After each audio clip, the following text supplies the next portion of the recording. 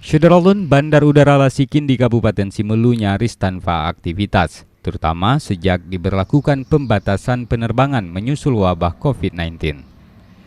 Saat ini Syederalun, bandara tersebut hanya memiliki 1 kali penerbangan setiap pekannya oleh maskapai Susi Air. Sementara maskapai Wings Air yang dahulu melakukan penerbangan setiap hari, untuk saat ini masih belum beroperasi. Pihak berwenang di Bandara Lasikin tetap memberlakukan protokol kesehatan selama masa pandemi COVID-19, termasuk membatasi jumlah pegawai yang masuk setiap harinya. Sari Mulyasno, Serambi On TV.